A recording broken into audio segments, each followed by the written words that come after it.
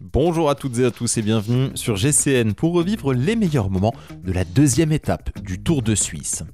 Une première étape qui a vu la victoire d'un enfant du pays, Stefan Küng, le rouleur de la Groupama FDJ qui s'est imposé dans le contre-la-montre long de 12 km. Il a devancé deux autres spécialistes de la discipline, deux Belges, Remco Evenepoel et Wout van Aert, repoussés à respectivement 6 et 10 secondes donc du rouleur de la Groupama FDJ.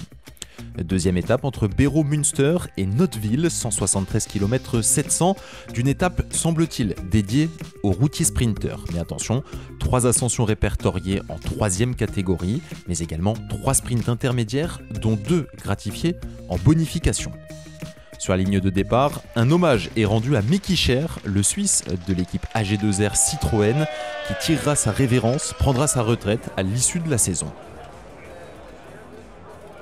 Une ligne de départ où l'on retrouve un illustre Suisse, Fabian Cancellara, qui donne le départ de cette deuxième étape.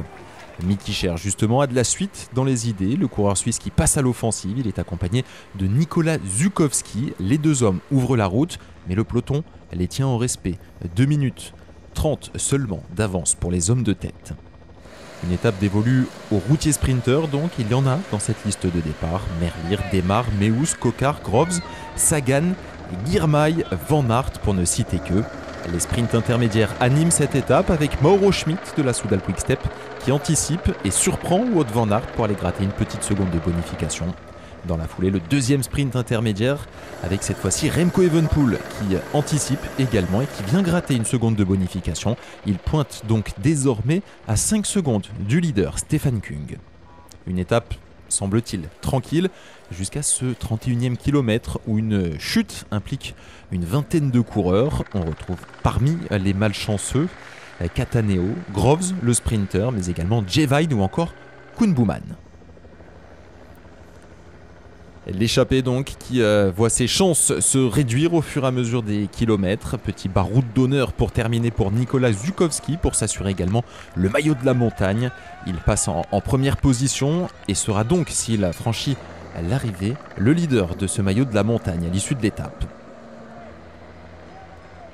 Un dernier sprint intermédiaire, mais celui-ci n'est pas gratifié en bonification. Wout van Aert assure les points. En passant en tête, personne ne lui dispute. La flamme rouge, l'arrivée massive, le sprint attendu donc dans les rues de Notteville. Aucune difficulté dans ce dernier kilomètre, la route est large. Et vous le voyez, c'est Wout van Aert qui anticipe sur la droite de l'écran. Avec Girmay qui répond bien, Arnaud Demar bien placé dans la roue. Et Arnaud Demar qui essaye de contourner, mais Girmay est le plus puissant. Binyam Girmay qui s'impose, devançant donc Arnaud Demar et Wout van Aert. Victoire resplendissante de Binyam Girmay, fêtée en héros par ses compatriotes érythréens. Binyam Girmay qui renoue donc avec le succès, son deuxième succès cette saison après avoir remporté la première étape du Tour de la Communauté de Valence. Il devance donc Arnaud Demar et Wout van Aert. À noter la belle 4e place de Pavel Bidner pour la DSM. Les accessites également pour Sagan et Meeus. On revoit ce sprint avec Binyam Girmay le plus fort aujourd'hui, même si Arnaud Demar a été un petit peu enfermé. Le Picard a dû contourner Wout van Aert, mais il vient mourir à la 2e place. Girmay était le plus solide et le plus véloce aujourd'hui.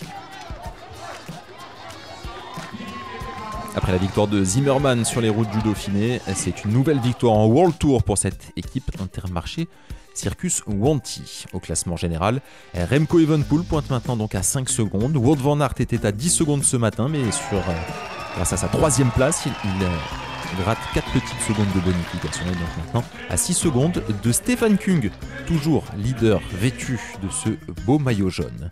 Mais attention, parce que le rouleur de la Groupama FDJ aura fort à faire dans cette 3e étape. Si les 100 premiers kilomètres sont relativement plats et devraient être propices à la formation d'une échappée, et derrière, les choses vont se corser avec cette première arrivée au sommet. Il faudra tout d'abord escalader le col des Mosses, 13 km 5 à 4,1%. Et derrière, la montée sur Villars-sur-Olon, 10 km 700 à près de 7%. De quoi avoir une première explication entre les leaders du classement général.